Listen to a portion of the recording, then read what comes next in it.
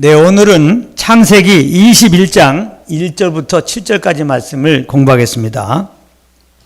오늘 본문은 드디어 하나님께서 말씀하신 대로 아브라함에게 약속의 자녀 이삭을 주시는 내용입니다.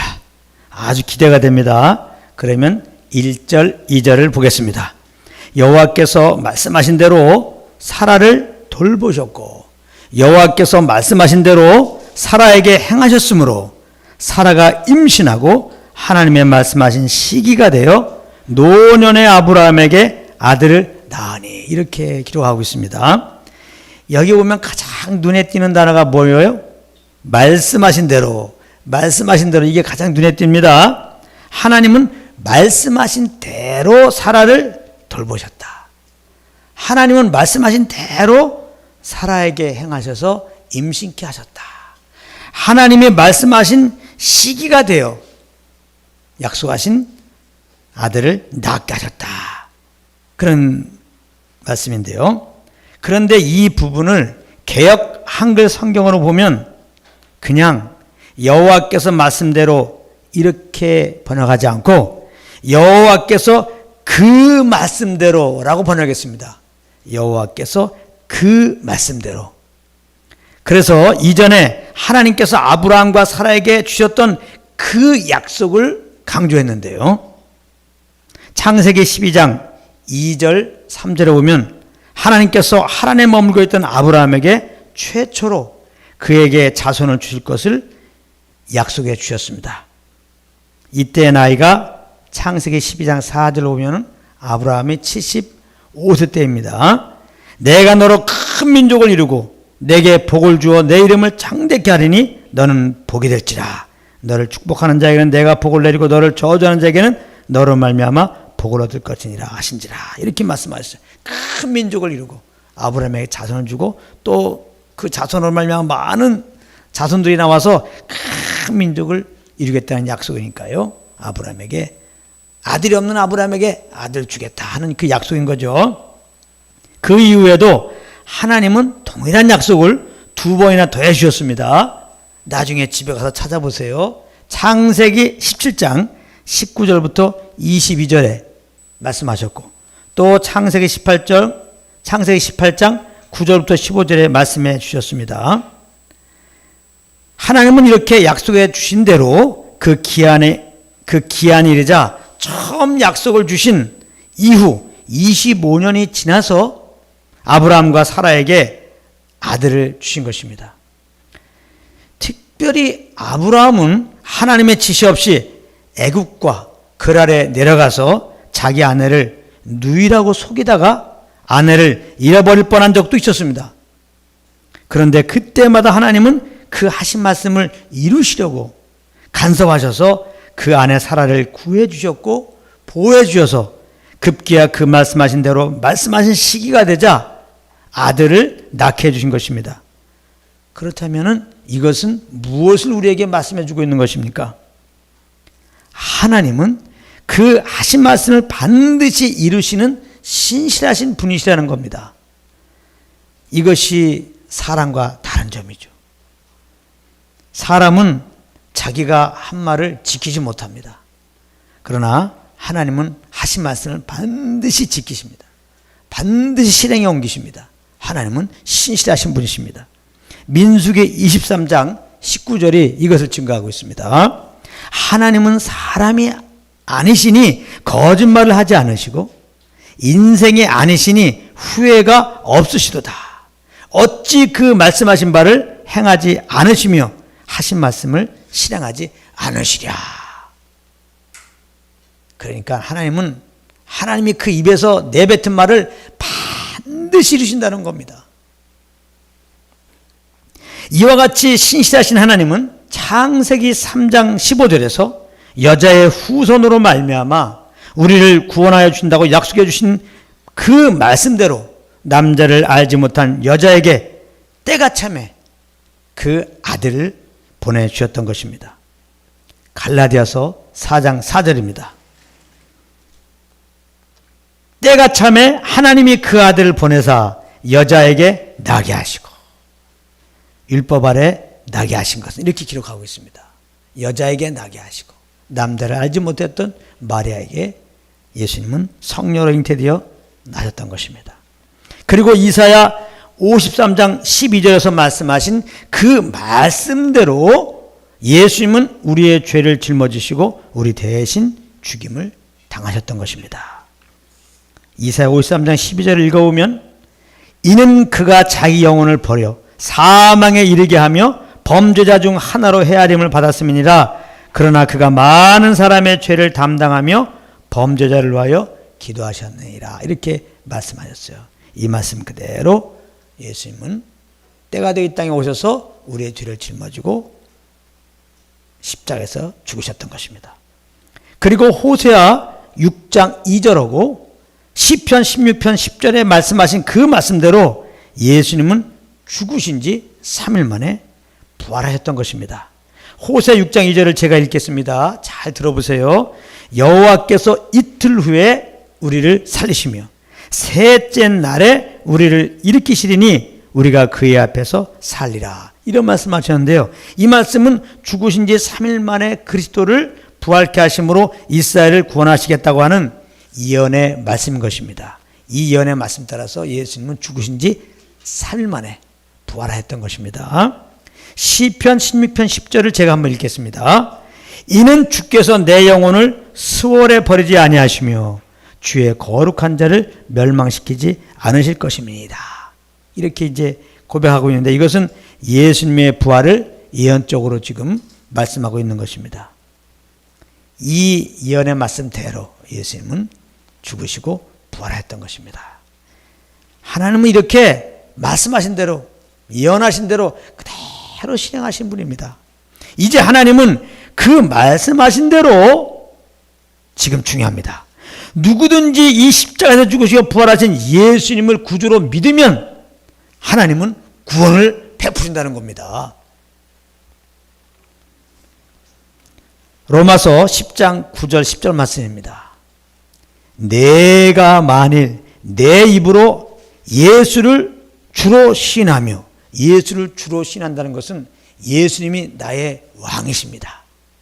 예수님이 내 삶의 주인입니다. 이렇게 고백하는 걸 말한 겁니다. 예수님을 주로 시인하며 또 하나님께서 그를 죽은 자 가운데서 살리신 것을 내 마음에 믿으면, 예수님의 부활을 믿으면 그 말입니다.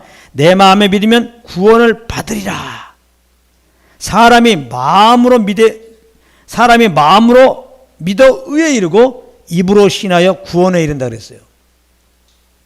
여기 마음으로 믿어 의에 이르고 이 말이나 입으로 신하여 구원에 이른다 이 말이나 똑같은 말입니다. 예수님을 내 마음의 주인으로 왕으로 모셨잖아요. 예수를 믿었잖아요. 그럼 반드시 그 믿음은 말하게 돼 있다는 거예요.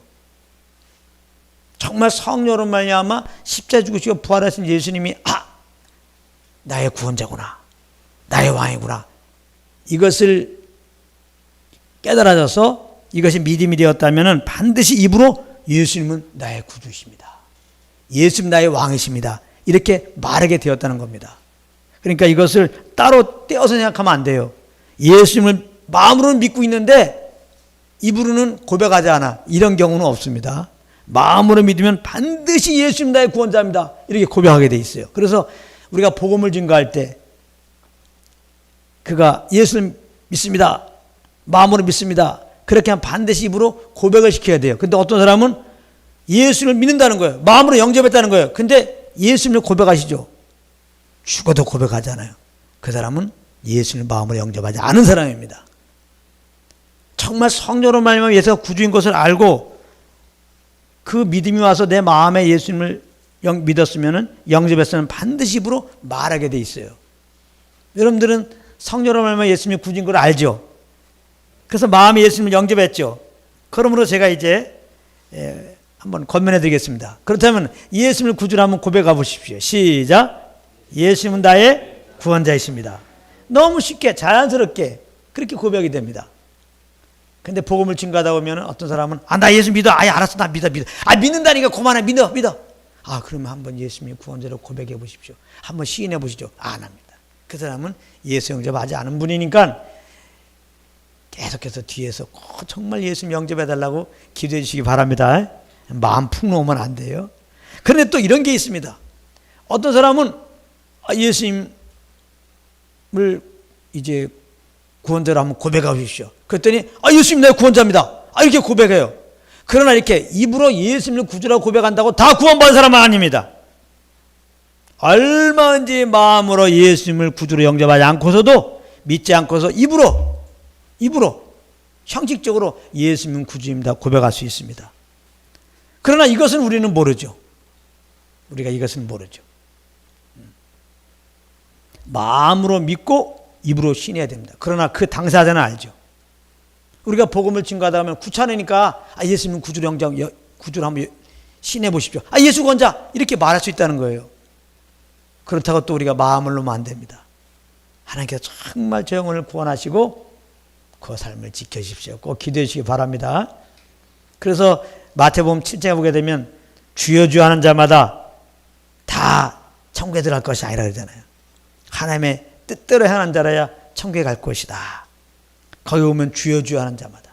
이거 거짓 선자들을 말하는 거거든요. 거짓 선자들도 예수님이 주라고, 예수님이 구주라고 신을 했고 사람들에게 그렇게 전파했다는 겁니다. 그런데 예수님이 가만히 보니까 그 마음으로 예수님을 구주로 영접한 거 아닙니다. 그 마음을 보니까 그 자의 주인이 자기야. 하나님이 아니고 자기란 말, 자기가 그 삶의 주인이야. 여전히 자기가 자기 삶의 왕이야. 그래서 입으로만 예수님을 주라고, 입으로만 예수님을 구주라고 고백했다는 겁니다. 이런 경우는 천국에 못 들어가죠. 마음으로 믿고 입으로 신해야 되는 겁니다. 마음으로 믿고. 그래서 물과 성령으로 거듭나는 겁니다. 이 구원받는 것을 거듭난다고 표현하잖아요. 이것은 우리의 지식으로 되는 게 아닙니다. 이렇게 마음으로 믿고 입으로 신해야 되는데, 이렇게 마음으로 믿는 거는 이게 우리의 노력으로 안 돼요. 이거는 하나님의 간섭이 필요합니다. 성령님께서 복음을 드릴 때 예수님을 구주로 딱 알게 하셔야지, 주님이 알게 하시면 그 믿음이 되는 거거든요. 그래서 믿어져 갖고 내 마음으로 예수님을 영접하는 거거든요. 그래서 예수님을 정말 알게 하는 은혜를 받아 갖고 내가 마음으로 믿는다면은 예수님을 구주로 고백하는 거죠. 근데 이제 그 비침이 없어요. 성령의 조명이 없어요. 그 마음에 믿음이 없어요. 근데 입으로 아무리 예수님을 구주라고 해도 그것은 구원받지 못하는 겁니다. 그런 것들을 우리가 이제 지식으로 이렇게 알고 성령을 쫓아 영혼들에게 복음을 증거할 때 오류가 없기를 바랍니다. 마음으로 믿었다고 구원받았겠지, 그게 아니에요. 입으로 꼭 시인해야 됩니다. 또 어떤 사람이 입으로 낼름낼름 예수님 구원자라고 고백 잘한다고 그 사람이 당연히 구원받을 거라고 마음 놓으면 안 됩니다. 하나님은 정말 마음으로, 정말 주님이 예수님 구원자를 알게 하셔서 마음으로 예수를 믿고 이렇게 입으로 신하여 온전한 구원에 이르도록 그렇게 기도해야 됩니다. 아시겠죠? 그러므로 아직 예수를 믿지 않으신 분이 계시다면 꼭 마음에 오시는 감동 따라 내가 주인 되어 산 것을 회개하시고 예수님을 그 마음의 구주로 영접하시길 바랍니다. 그래서 회개하라는 게 뭐냐? 회개하라는 것은 이렇게 먼저 성령으로 말미암아 십자가에 죽으시고 부활하신 예수님이 우리의 구주인 것을 알아야 돼요. 이것을 알게 되면 우리가 첫 번째 회개를 하게 되는데, 회개를 하는 것은 우리가 아담에서 죄인 되어 태어나가지고 다 내가 내 삶의 주인으로 살고 있잖아요. 그래서 내 속에는 옳은 대로 행하고 있는 겁니다. 이게 딱 비춰지는 거죠.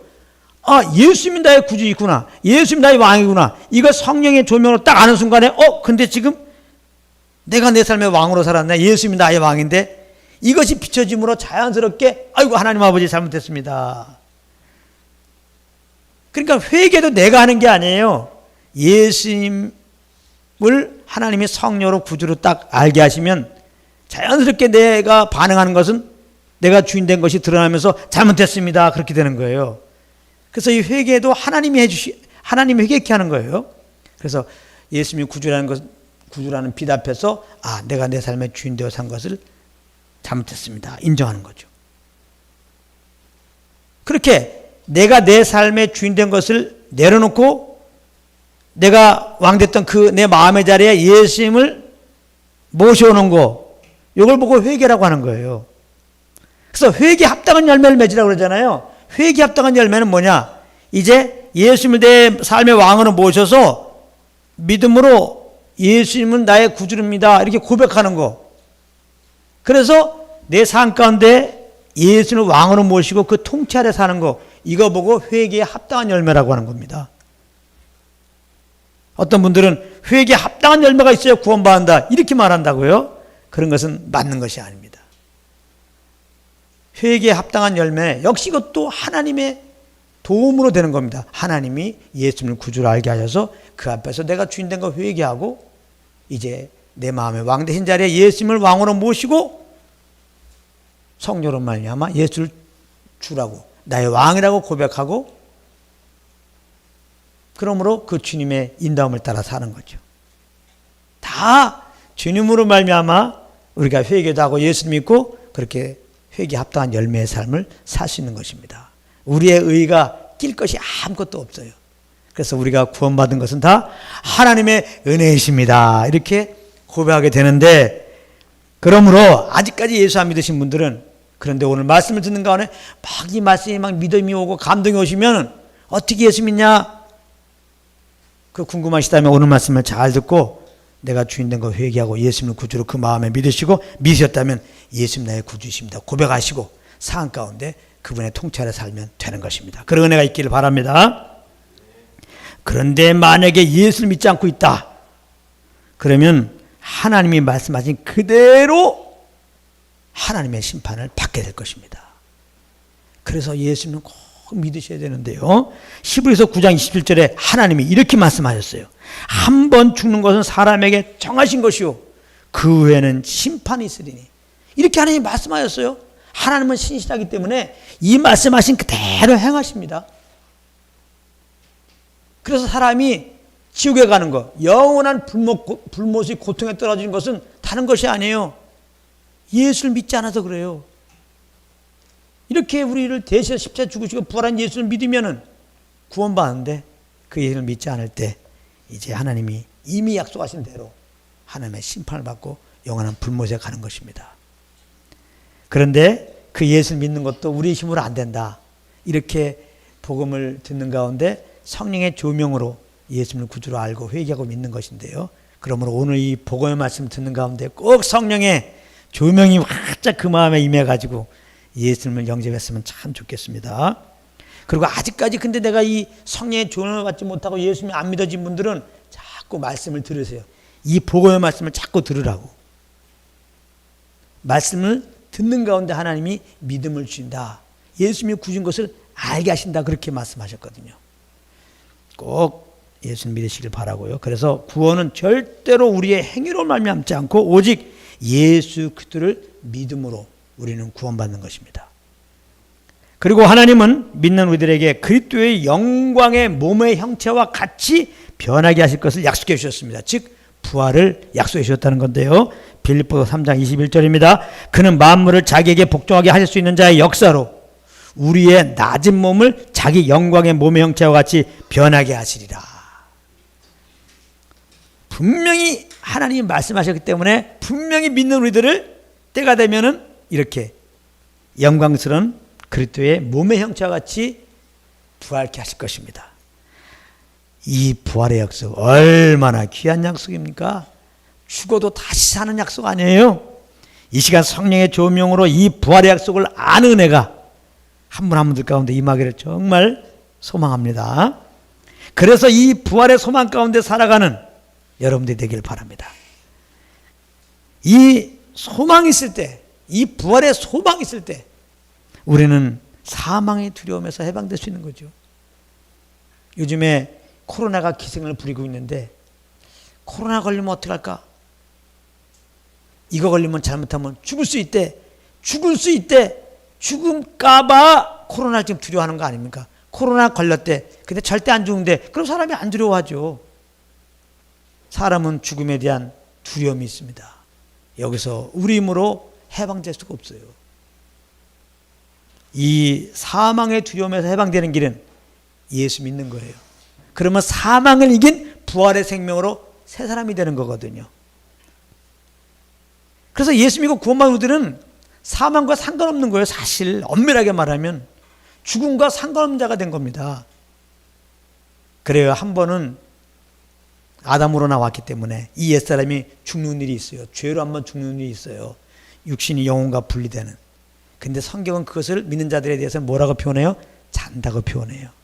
자는 것은 죽는 게 아니죠. 사람이 다음날 일어날 것을 전제로 할 때 잔다고 표현하지. 다음날 안 일어나, 그 다음날도 안 일어나, 그럼 뭐예요? 죽었다고 하는 거지. 성경은요, 믿는 자들이 죽는 거를 세상 사람들이 말하는 그 사망을 죽는 거라는 거예요. 왜? 살아나니까. 할렐루야. 부활하니까. 아멘. 우리는 죽는 게 자는 거야. 자, 그렇다면 우리가 하루 열심히 일을 했다가 합시다. 뭐가 기다려져요? 잠이 기다려집니다. 그래서 때가 돼갖고 이제 잠자는 시간이 됐어. 열심히 일한 다음에 다 씻고 딱 누웠어요. 이불을 꺼내가지고 발밑으로부터 이렇게 내 몸을 덮습니다. 그래서 이 목까지 탁 덮은 다음에 눈을 딱 감으면 어때요? 좋지요? 안식이죠? 그렇습니다. 우리가 정말 이 땅에서 사후년을 쫓아 연약한 육신의 몸을 이끌고 그래 몸부를 집어서 주님을 쫓아 살기 힘듭니다. 이것이 힘드니까 주님을 이렇게 깨끗한 마음으로 분자들과 함께 사후년을 쫓는 무리들과 함께 아무튼 주님을 섬깁니다. 근데 참 이게 연약한 우리들이 참 주님을 주인으로 모시고 사는 게 참 쉽지 않아요. 세상 사람들은 다 주님의 통치를 사는 게 아니라 다 자기 속에 오른 대로 살기 때문에 이렇게 주님의 통치를 사는 우리들만 미워하거든요. 핍박하거든요. 이상하게 보거든요. 그럼에도 불구하고 틀림없이 하나님 나의 주가 되시고 나를 인도하시기 때문에 그분을 쫓아 사는 것이 힘듭니다. 힘들어요. 그래서 탄식할 때가 많아요. 정말 빨리 하나님 나라 가서 하나님과 그냥 핍박 없이 그렇게 행복하게 살고 싶다. 그런데 죽는 거는 뭐냐? 우리가 열심히 일한 다음에 잠잘 때 안식을 갖고 쉬는 것과 같이 우리 믿는 자들이 죽는 건 뭐냐? 바로 그 시간이라는 거예요. 진짜 안식의 시간이라는 거예요. 안식. 할렐루야. 안식. 네.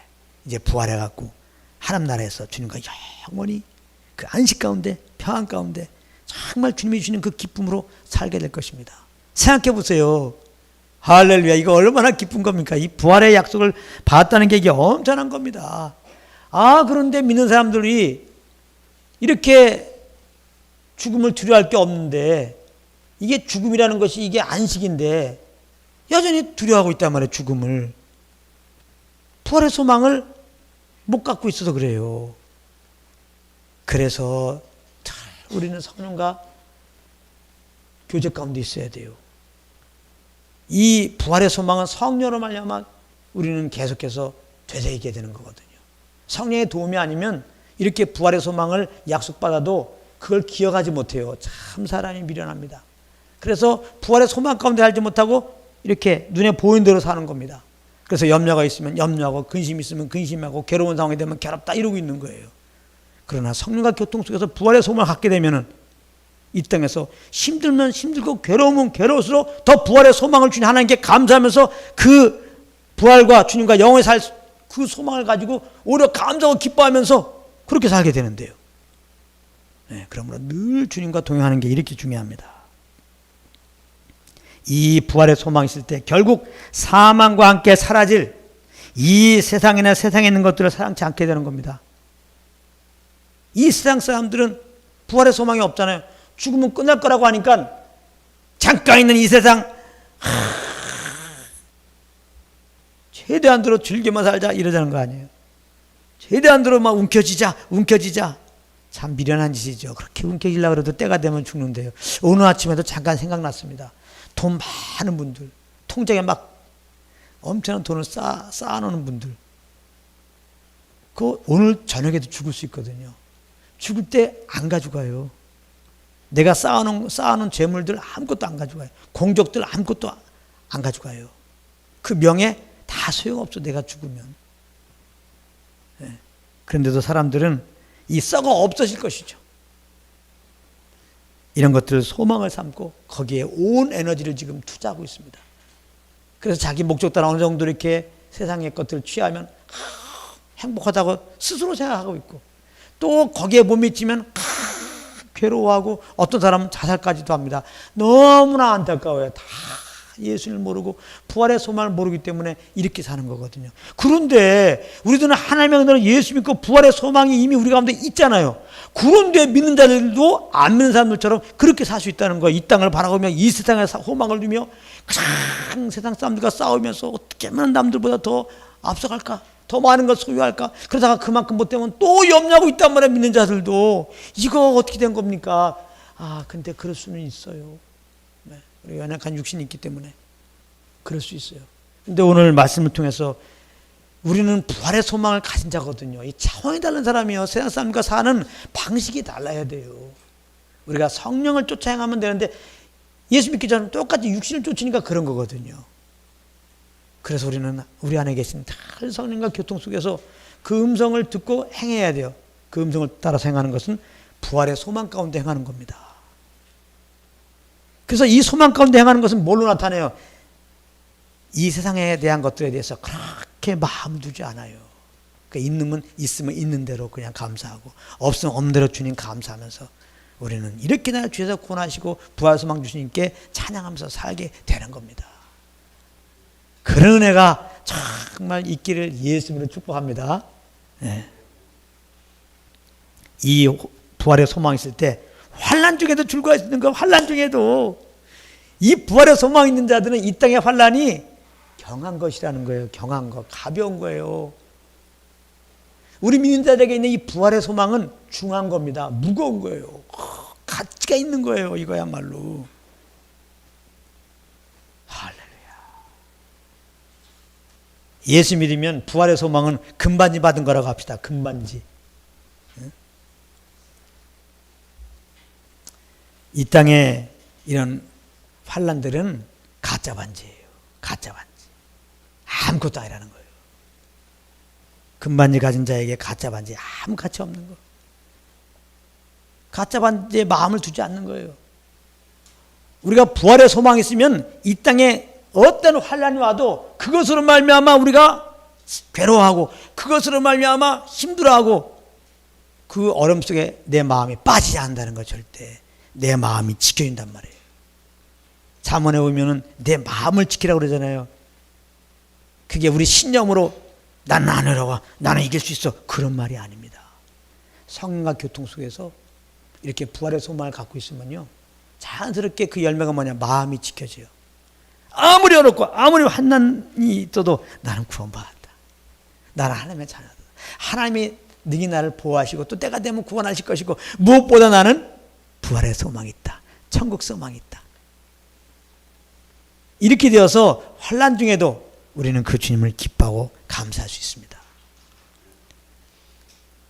그런 은혜가 정말 하나님의 은혜로 말미암아 있기를 축복합니다. 그래서 우리가 한번 죽는 것이 분명하지만 더 분명한 것은 믿는 우리는 예수 모실 때 분명히 부활하게 된다는 것입니다.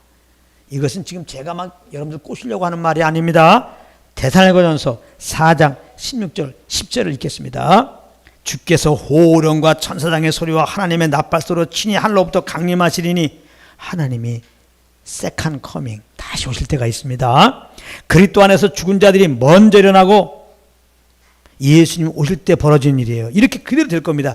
예수님이 언젠가 오실 거 아니에요? 예수님 오실 때 이 땅은 어떤 일이 벌어지냐? 먼저 예수님 오시기 전에 예수 믿다가 죽은 자들 있잖아요. 그런 자들이 먼저 부활한다는 거예요.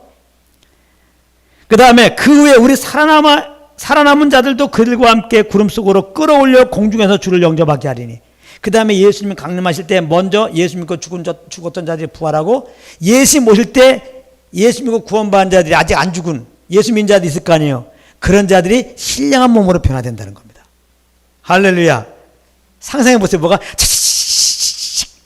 옛날에 그 원더우먼 두 얼굴인 가진 사나이, 그거 보면 갑자기 막 변하잖아요. 사람이. 그거 생각하면 돼요.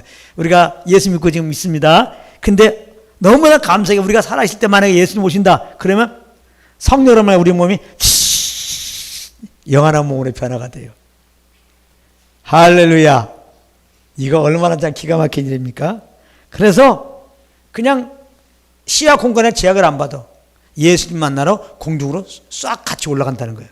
예수 믿고 죽은 자들이 먼저 부활됐고 살아남아 있는 우리들이 부활되고 동일한 신령한 몸으로 해갖고 이제 함께 공중에 있는 예수님 만나러 샥 올라간다는 겁니다. 아니 그렇게 하나님이 약속하셔서 반드시 우리는 그런 경험을 하게 될 겁니다. 그러니까 이거 성령으로 말면 알아봐요. 이거 얼마나 기쁜 일이야. 내일 소풍 간다고 오늘 잠 못 자잖아 아이들. 우리가 성령으로 말면 이 사실을 정말 빛으로 딱 임하면요 잠 못 잔다니까. 예수님 만날, 그러니까 부활의 소망은 예수를 만날 소망이에요. 할렐루야. 그러므로 우리는 이 부활의 소망과 동시에 그리스도를 배울 소망, 그리고 새하늘과 새 땅에서 하나님과 영원히 함께할 소망을 이제 바라보며 살아야 되는 것인데요. 그런 은혜가 꼭 있길 바랍니다. 베드로후서 3장 13절에 우리는 그의 약속대로 의가 있는 곳인 새하늘과 새 땅을 바라보다. 왜 새하늘과 새 땅이에요? 우리가 이 땅에도 지금 이 땅에 살면서 이 땅에 살면서 하늘과 땅 아래 살고 있잖아요. 이것과 차원이 다른, 이제 하나님 마지막 때 불심판해 갖고 이 우리가 보이는 하늘, 이 땅을 다 싹 없애어 주십니다. 그리고 새하늘과 새 땅을 창조해 가지고 그곳으로 우리를 인도하십니다. 그게 천국이에요. 거기는 햇볕이 필요 없어요. 하나님의 영광의 빛이 너무나 밝아갖고. 할렐루야. 거기는 100% 하나님의 거룩한 빛으로 지금 통치하고 다스리고 있기 때문에 어두움이 낄 수 없습니다. 거기는 사기꾼이 없어요. 거기는 마귀가 역사하지도 못합니다. 하나님의 통치가 있는 겁니다. 거기는 아픈 게 없어요. 그러니까 거기는 곡하는 거 애통하는 게 없어요. 거기는 하나님의 위로만 있는 겁니다. 하나님의 경력만이 있는 겁니다. 그러니까 거기에서는 우리가 뭐예요? 항상 감사와 기쁨이 넘치는 겁니다. 우리가 지금도 성령으로 말미암아 주님을 알게 되면 보자나도 사랑하는도다. 그래서 감사와 기쁨으로 주님을 찬양하는데 새하늘과 새 땅에는 우리도 거하지만은 하나님도 함께 거한다고 그랬어요. 할렐루야. 그러니 내 앞에 나의 구원자 되시는 예수님이 계시고 하나님 아버지가 계시니 천국에서는 그냥 감사와 기쁨이 넘쳐갖고 그 주님께 찬양하고 예배드리고 그렇게 사는 거예요. 할렐루야. 하나님은 믿는 우리들에게 이 천국에 대한 약속을 분명히 주셨기 때문에, 말씀하셨기 때문에 반드시 믿는 우리들을 천국으로 인도하실 겁니다. 그런데도 이 소망을 못 갖고 이 땅에서 지극정하면 안 되겠죠. 이거 정말 안타까워요. 근데 이제 성령으로 말미암아 이 하나님의 약속을 모르면 그럴 수가 있어요. 그래서 늘 말하지만 성령과 교통 가운데 살라는 거예요. 굉장히 중요합니다. 그렇지 않으면 사실 우리의 신앙은 종교예요. 성령과 함께 하지 않으면 부활의 소망, 천국의 소망을 분명히 모르는데, 그러면서도 찬송하잖아요. 부활의 소망, 뭐 천국의 소망, 천국의 소망일 때 주님 감사합니다. 이거 다 종교적인 거잖아요. 예. 우리가 정말 싫어하는 것은 종교적인 것을 치료해야 돼요. 정말 내 속에 맛봄이 없는데 마치 맛본 것처럼 주님 앞에 나오는 거. 근데 우리가 이 성령과 동행하지 않으면은 그게 그렇게 돼요. 그러니까 어차피 우리는 항상 하나님을 찬양해야 되고 어차피 주님을 예배해야 되잖아요. 종교적으로 하실래요? 정말 산제사가 되어야 될 거 아닙니까? 그러니까 우리는 늘 내 안에 성령님을 의식하고 인정하고 그렇게 지내보세요. 그러면 성령님은 예수 그리스도의 십자가의 은혜와 하나님의 사랑을 알려주고 우리를 너무나 사랑하사 또 믿는 우리들에게 약속하신 부활의 소망과 천국의 그 소망으로 우리를 인도하실 것입니다. 그래서 정말 내가 생각하고 노력해서는 아니라 그 자연적으로 내 속에 성령으로 자연스럽게 예수가 구원자인 것을 믿은 것처럼 자연스럽게 부활의 소망과 천국의 소망이 믿어지면서 감사가 되면서, 그래요, 이 땅에서 어렵고 힘들면 힘들수록 더욱더 부활의 소망과 천국의 소망이 분명하게 보이고 더 기다려지는 거예요. 그런 삶이 되시길 예수님을 축복합니다.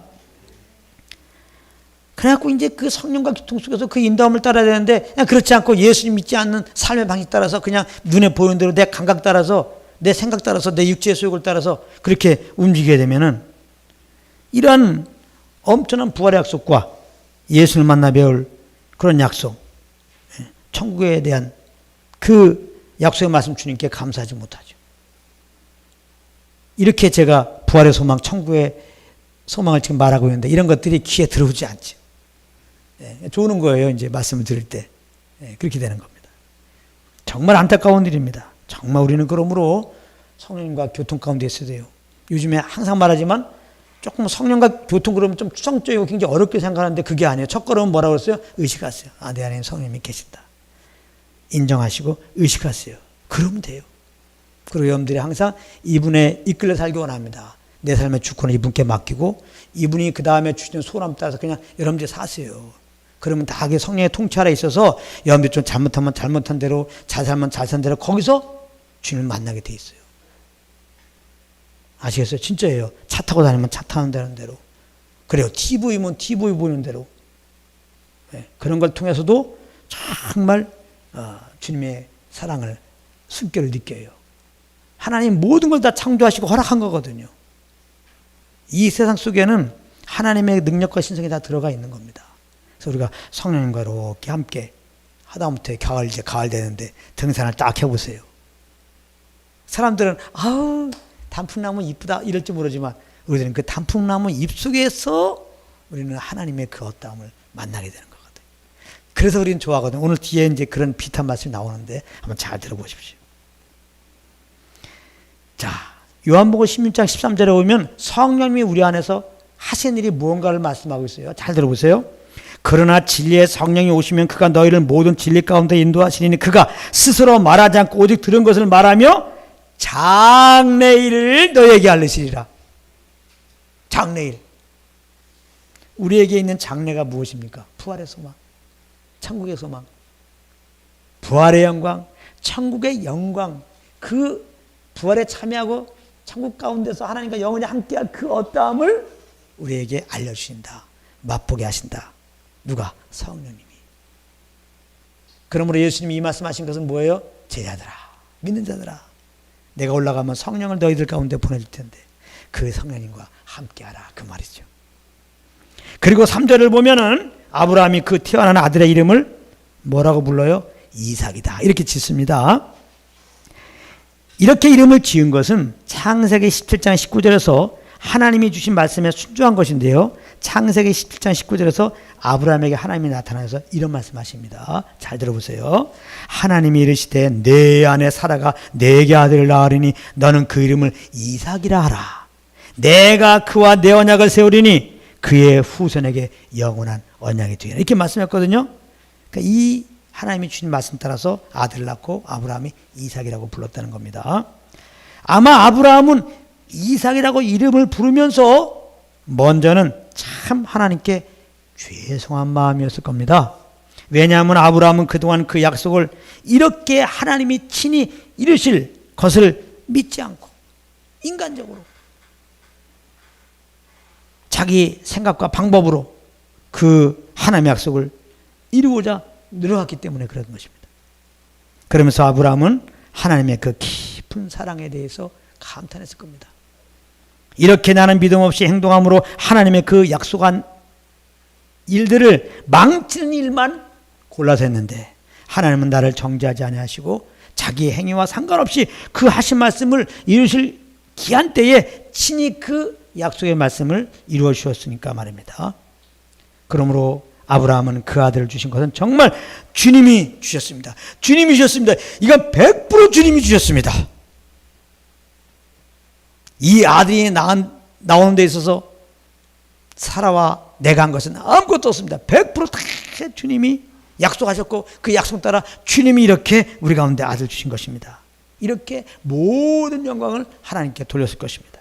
무엇보다도 자기나 사라는 인간적으로 보면 아이를 도저히 출산할 수 없었던 상태인 것을 아브라함 누구보다 잘 알고 있었기 때문에 그렇습니다. 로마서 4장 19절에 그가 백세나 되어 자기 몸에 죽은 것 같고 사라의 태가 죽은 것 같음을 알고도 믿음이 약하여지지 아니하고 그랬습니다. 하나님은 아브라함에게 약속하시고 어떻게 보면 25년 동안 기다리고 계셨던 것입니다.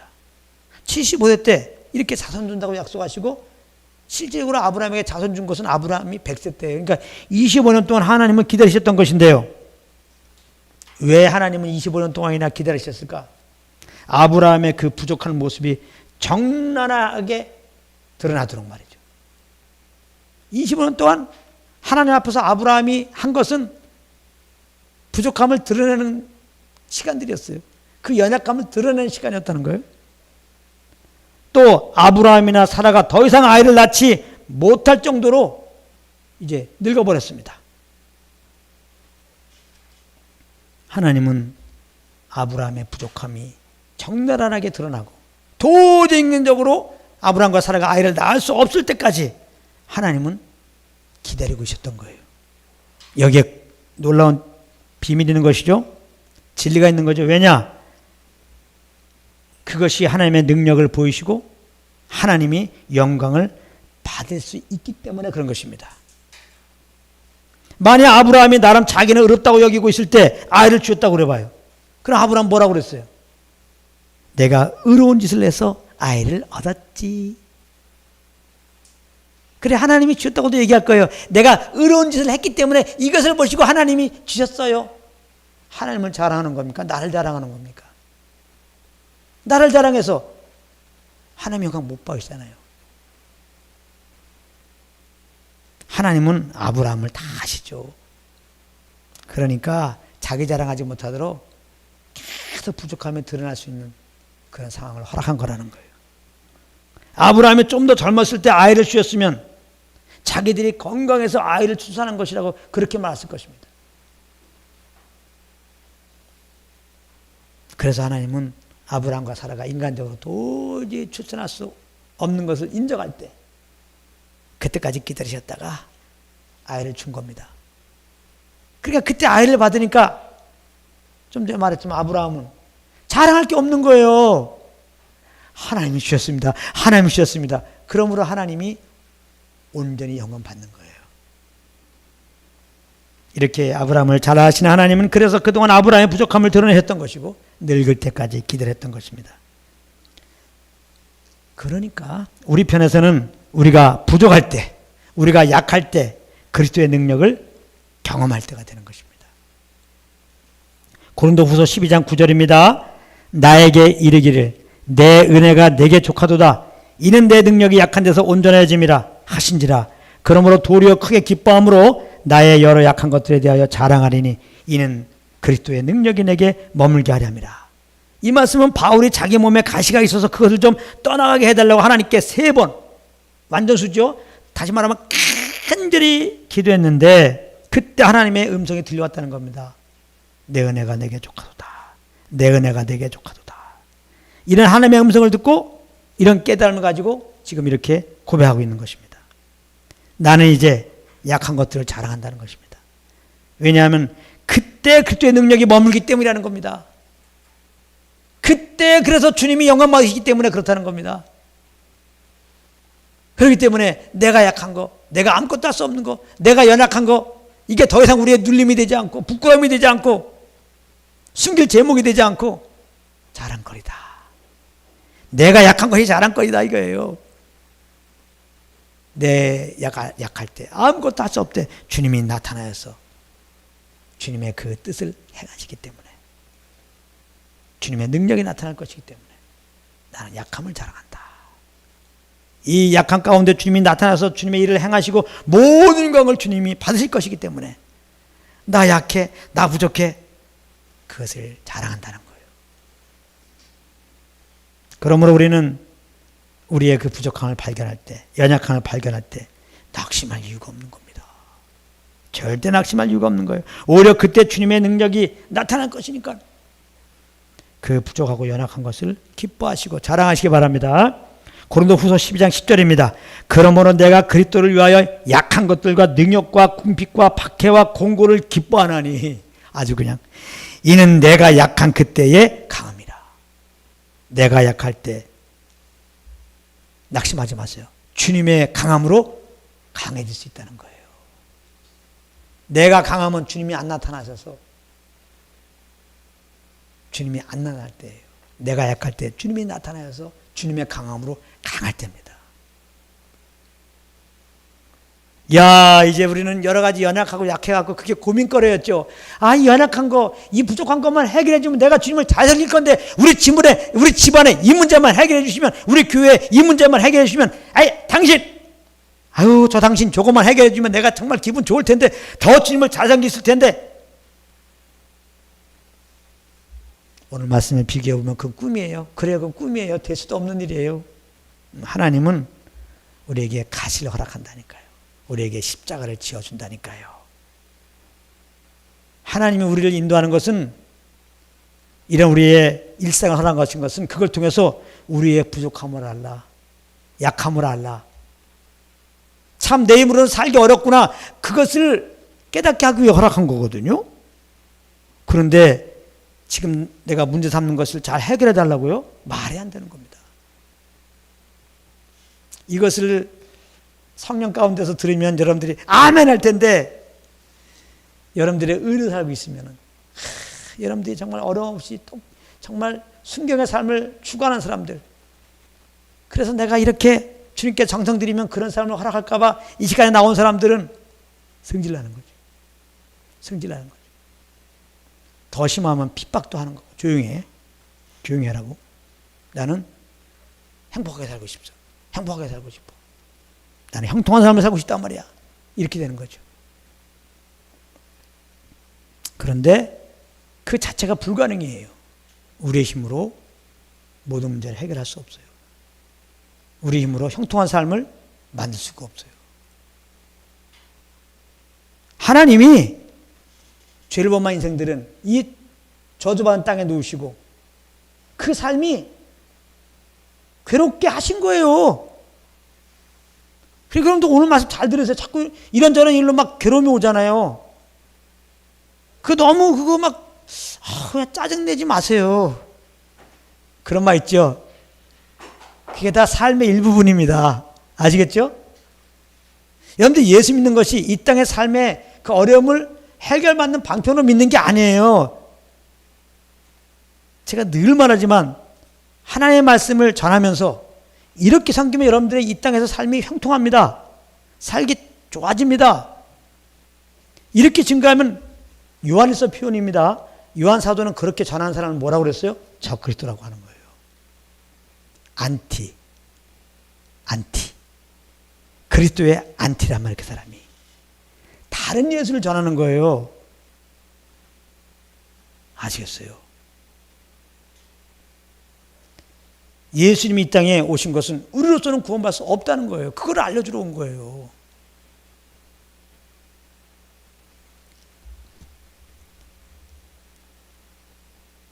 우리는 죄덩이라는 겁니다. 죄덩어리. 그러므로 이렇게 저주 아래 있다는 겁니다. 그러므로 여기서 끝나는 게 아니라 심판 받고 영원한 불못에 간다는 겁니다. 예수님이 와서 지옥에 대해서 말했잖아요. 요즘에 지옥이 없다는 분들도 있는데, 예수님이 지옥이 있다고 분명히 말씀했어요. 거기는 구더기도 죽지 않고 불도 꺼지니 아니라. 그러니까 나를 믿으라는 거야. 나를 믿으라. 그러면 죄에서 구원받는다. 그 다음에 죄에서 구원받은 다음에 이 땅에서 형통하게 해주는 게 아니라, 죄에서 구원받은 다음에 너희들은 의를 위하여 나를 위하여 핍박을 받을 것을 말했단 말이에요.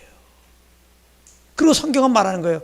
예수 믿고 믿음으로 사는데 세상 사람들이 핍박을 할 때 이상히 여기지 말라는 거예요. 삶의 방식이 다르니까 핍박하는 거거든요. 세상 사람들은 내가 주인 되어 사는 거고 내 영광을 사는데, 예수 믿고 구원받은 우리들은 하나님의 영광을 위해서, 그러므로 성령을 쫓아 사니까, 우리가 고향이 달라도 세상에서 핍박하잖아요. 인종이 달라도 핍박하고, 핍박이 돼 있어요. 자기하고 다르다고. 놀라지 말라는 거예요. 너희들은 하나님의 자녀가 되었지 않느냐, 부활 소망이 있지 않느냐, 천국의 영광이 있지 않느냐. 할렐루야. 그 소망을 가지라고 예수는 말씀하신단 말이에요. 이렇게 증거해야 돼요. 여러분들 예수 믿어야 구원받습니다. 구원받고 예수는 왕으로 살면 여러분들 핍박이 있습니다. 이렇게 전해야 돼요. 그래서 이 복음을 증거하면 사람을 기뻐하게 하는 게 아니라 하나님을 기뻐하는 거죠. 기뻐하게 하는 거죠. 다른 복음은 하나님을 마음 아프게 하고 사람을 기쁘게 하는 거죠. 사실 사람들을 많이 모이게 하려면 사람들을 기쁘게 해야 되는 거죠. 많은 유혹들이 저에게도 찾아옵니다. 타협된 메시지를 전하라. 율법적으로 증거해라. 그거는 서로 죽는 길이죠. 내가 내 삶의 주인 되어서 내 의로 내 열심으로 그렇게 살아보세요. 점점 하나님 필요 없고 하나님과 멀어지고 내 영혼은 공고해지는 거죠. 복음 안에 거할 때, 복음을 증거하고 복음을 들을 때 우리는 유일하게 하나님의 믿음이 와서 그 믿음의 이끌림으로 말미암아 어떤 환경 속에서도 우리는 감사하고 기뻐하는 겁니다. 이 다른 복음은요, 이거 완전히 허상입니다. 여러분들 이렇게 살면 하나님 축복해 줍니다. 여러분들 이렇게 살면 하나님 축복해 줍니다. 말하지만은 그렇게 살 수도 없거니와 혹시 살았다고 하나님이 축복해 줍니까? 안 줍니다. 다 착각인 거지. 이 다른 복음은 다 허상이에요. 제발 여러분들이 하나님의 은혜가 와서 정말 복음이 무엇인지 알고 그러므로 다른 복음이 뭔지 알아서 좀 걸러서 설교도 듣고 여러분들은 온전한 믿음 가운데 그렇게 서길 바랍니다. 근데 이 복음은 육신적으로 볼 때는 언뜻 너무 예수 믿고 핍박이 와 너무나 힘들어 이렇게 생각이 될지 모르지만 막상 성령으로 말미암아 복음을 믿고 그 믿음 가운데 거해보세요. 좀 전에 말했죠. 어떤 환난에도 하나님 나라를 경험하기 때문에 그 소망이 날 주장하기 때문에 감사하고 기뻐한다니까요. 이건 진짜예요. 할렐루야. 진짜라니까요. 스데반 보십시오. 주님과 교통 가운데 있었어요. 사람들이 막 복음을 증거하는데 듣기 싫다고 막 돌 던졌어요. 누가 주먹으로 때려도 아픈데 돌 맞았어요. 한 사람입니다. 지금도 동남아시아 가게 되면은 그 가늠한 사람들 돌로 쳐 죽이는 거 있잖아요. 그와 같이 막 돌로 던져갖고 돌에 맞아 준 겁니다. 스데반은 물론 그냥 돌에 맞았으니까 육신적으로 아파서 이렇게는 했을 거예요. 근데 그 얼굴은 해같이 빛난 거예요. 그 얼굴은 마음의 어떠함이 얼굴에 나타나는 겁니다. 아시겠어요? 이것도 얼마나 기쁨입니까? 우리가 주님과 교통하면 마음이 주님의 즐거움으로 즐거워서 얼굴이 환하게 빛나는 거예요. 이야, 이런 게 진짜 삶 사는 거죠. 이런 게 사는 거죠. 예. 그래서 여러분들은 어떤 어려움 속에서도 주님과 동행으로 말미암아 주님의 기쁨을 맛봐가지고 그냥 천국 소망이 막 여러분들 마음을 주장해서 그냥 항상 감사합니다, 기뻐합니다. 이런 고백 있기 바랍니다. 아유, 할렐루야, 할렐루야. 그 기쁨으로 기뻐하는 겁니다. 뒤에 말씀 또 나와요. 그러므로 내가 주님 앞에서 완전하게 행하려고 하다가 넘어져서 큰 정죄에 빠지지 마시고 그저 성령을 쫓아 행하시기를 바랍니다. 그러다가 혹 부족함이 나타나면 드디어 주님의 능력이 나타날 때가 되었구나 생각하시고 감사함으로 더 주님과 동행하는 자리에 가시길 바랍니다. 창세기 17장 17절로 보면은 하나님이 사라를 통하여 아들을 낳게 하신다고 말씀하셨을 때 아브라함은 자기나 사라가 늙었는데 어떻게 아이를 출산할까 하여서 마음속으로 웃었다고 말씀하고 있습니다. 그 장면 기억나죠? 하나님이 말씀하셨는데 그 말씀에 대해서 아브라함이 비웃었다 이 말이에요. 그런데 지금 아브라함은 약속의 아들을 얻었고 하나님이 말씀하신 대로 이삭이라고 이름을 부르면서 마음에 큰 웃음이 떠나지 않고 있는 것입니다. 이삭이라고 하는 말은 웃음이라는 말이에요. 웃음. 이삭이란 뜻이 웃음입니다. 하나님은 아브라함에게 이 이삭을 주시면서 참 웃음이 무엇인지 참 기쁨이 무엇인지 알려주기 원했던 거예요. 자, 마지막 말씀이니까요. 지금 굉장히 아주 굉장한 진리가 선포됩니다. 창세기 21장 6절 7절에도 보면 사라도 하나님이 나를 웃게 하셨다 이렇게 고백하고 있습니다. 이삭을 보면서 아브라함과 사라가 이렇게 웃은 이 웃음은 물론 그동안 낳지 못했던 아들을 낳아서 그랬다고도 볼 수 있습니다. 그러나 그 정도의 웃음을 가지게 하기 위해서 하나님은 이삭을 주신 것이 아니라는 것입니다. 그렇다면 그 웃음은 얼마 가겠습니까? 얼마 못 갑니다. 이삭을 키우면서 힘든 일을 만나면 웃음보다는 짜증이 나는 게 사람이 아닙니까? 그러므로 하나님은 잠깐 웃는 웃음을 맛보게 하라고 웃는 자 이삭을 주신 것이 아니라는 것입니다. 아브라함과 사라가 웃은 것은 단지 없던 아들을 이제 드디어 이 늙은 나이에 얻게 되어서 웃은 게 아니에요. 아브라함과 사라는 하나님을 알았기 때문에 웃은 겁니다. 하나님을 알면요, 하나님을 맛보면요, 웃음이 나옵니다. 내 마음이 웃어요. 이것을 어떤 표현으로는 기쁨이라고 표현하고 어떤 표현으로는 감사라고 표현합니다. 그렇게 웃으며 지내는 걸 보고 예배라고 하는 겁니다. 이렇게 부정함 투성임에도 그 약속하신 말씀을 이루시는 신실하신 하나님을 알았다 이 말이에요. 진정한 웃음은 우리가 하나님을 알게 되어 오는 웃음이 진짜 웃음입니다. 이렇게 죄덩으로 사는 우리들에게 그 약속 따라 그 아들을 보내주신 그 신실하신 하나님을 알미로 오는 그 웃음입니다.